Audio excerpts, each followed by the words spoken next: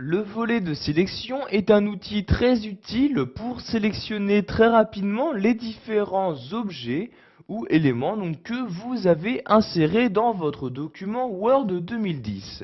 Donc tout d'abord, comment afficher ce volet de sélection? Pour ce faire, vous devez vous rendre dans l'onglet Accueil. Une fois dans cet onglet, vous allez tout à droite de celui-ci et vous cliquez sur Sélectionner. Donc une fois le menu sélectionné ouvert, vous allez cliquer tout en bas et donc cliquer sur Volet Sélection. Je clique donc dessus et automatiquement ce volet apparaît. Donc comme vous le voyez ici, le volet de sélection apparaît bien à droite de mon document. Vous pouvez voir ici dans ce volet, dans la partie principale, une liste. Donc il s'agit d'une liste des différents éléments que vous avez insérés. Donc ici il s'agit juste des éléments se trouvant sur la page active. Donc par exemple ici sur la page numéro 1 de mon document, vous pouvez voir qu'il y a deux éléments d'insérer. Donc une bulle ronde, donc ici il s'agit de cette bulle-ci, et l'image, donc ici de cette photographie. Donc par l'intermédiaire de ce volet de sélection, je peux par exemple choisir de masquer ou à l'inverse d'afficher ces différentes formes.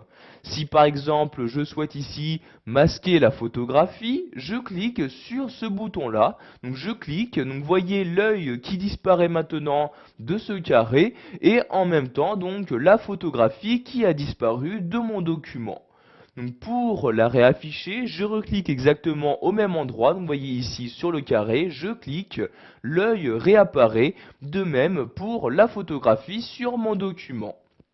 Donc je peux également choisir très simplement et très rapidement d'afficher ou de masquer toutes ces formes, donc formes ou images insérées sur ma page active. Donc si par exemple je souhaite ici masquer ces deux formes, je clique en bas sur masquer tout comme ceci et voyez les deux formes disparaissent. Pour le faire réapparaître rapidement, je clique ici sur afficher tout et les deux formes réapparaissent toujours en même temps. Ce volet de sélection vous permettra également de renommer vos formes ou images insérées et qui apparaîtront dans cette partie-là. Si par exemple ici, à place de bulle ronde 2, je souhaite l'appeler bulle de dialogue, je fais un premier clic pour sélectionner ici le nom, je reclique encore une fois dessus et voyez de maintenant, je peux éditer le nom de cette forme. Donc ici, je vais sélectionner cette partie-là et je vais rajouter de dialogue comme ceci. J'appuie sur la touche maintenant entrée pour valider mes changements. Nous allons faire de même pour cette image-ci. Donc je la sélectionne une première fois. Donc vous voyez ici, une fois que je clique, l'image 1 est sélectionnée. Et vous pouvez voir que celle-ci est également sélectionnée dans mon document. Donc je reclique maintenant sur image 1 et voyez, je peux de nouveau éditer le nom de cette forme. Je sélectionne le nom et ici je vais mettre comme nom Gustave Flaubert comme ceci, j'appuie sur la touche Entrée et de nouveau les modifications ont bien été apportées. Pour finir, nous allons voir également que par l'intermédiaire de ce volet de sélection, vous pouvez gérer les différents plans. En effet, quand vous insérez plusieurs formes sur une même page, il y a différents plans qui sont attribués. Donc vous voyez par exemple ici par défaut, vous pouvez voir que la bulle de dialogue passe bien au-dessus de l'image.